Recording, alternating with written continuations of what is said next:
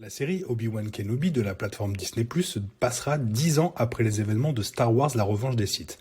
On y retrouvera Obi-Wan Kenobi sur Tatooine et on apercevra le jeune Luke Skywalker accompagné de son oncle et de sa tante.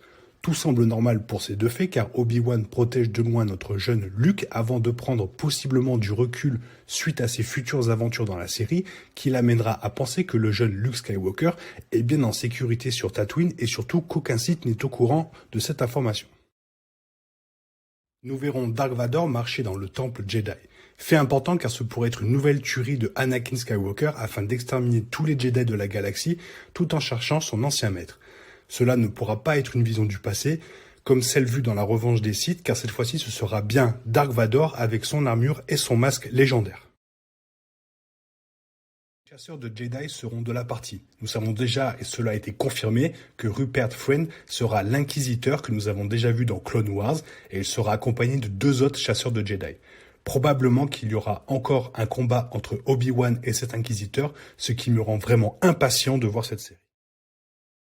Le combat du siècle aura une nouvelle fois lieu. Obi-Wan Kenobi et son ex-padawan Anakin, qui sera toutefois présent en Dark Vador, aura lieu dans la série. Nous savons aussi que l'aventure d'Obi-Wan commencera sur Tatooine avant de se transformer en road trip galactique et on apprend qu'il s'arrêtera sur une planète d'eau. Après le premier combat sur une planète volcanique et avant le 3e combat sur l'étoile de la mort, pourrait-on voir ce second combat se dérouler sur cette planète, ce qui je pense serait assez marrant à voir. Ce qui nous amène directement à ce fait numéro 4, nous savons officiellement que les acteurs Ewan McGregor et Hayden Christensen ont tourné plusieurs scènes ensemble, ce qui inclurait donc ce match retour entre le prince Sith et le chevalier Jedi.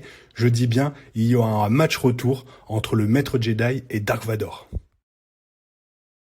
Donc si nous résumons tous ces faits, nous pouvons conclure que cette série sera une dinguerie. Entre le combat de Dark Vador et Obi-Wan, on pourrait voir le maître Jedi barbu se confronter aux chasseurs Jedi et peut-être même en affronter 3 en même temps, ce qui serait assez fou et qui nous donnerait pas mal d'action. Ensuite, voir le jeune Luke pourrait être intéressant car on pourrait s'apercevoir de la ressemblance entre le jeune Luke et son père Anakin, par exemple dans une course de bolide, comme son père dans La Menace Fantôme, et prouver à Obi-Wan que la force est présente dans ce jeune Skywalker, tout comme ce fut le cas pour Anakin. Pour finir, je vais mettre une pièce sur une apparition de Qui-Gon Jinn dans la série, le maître de Obi-Wan, qui pourrait venir taper la causette avec le chevalier barbu afin de se mettre sur la bonne voie, mais cela reste mon opinion.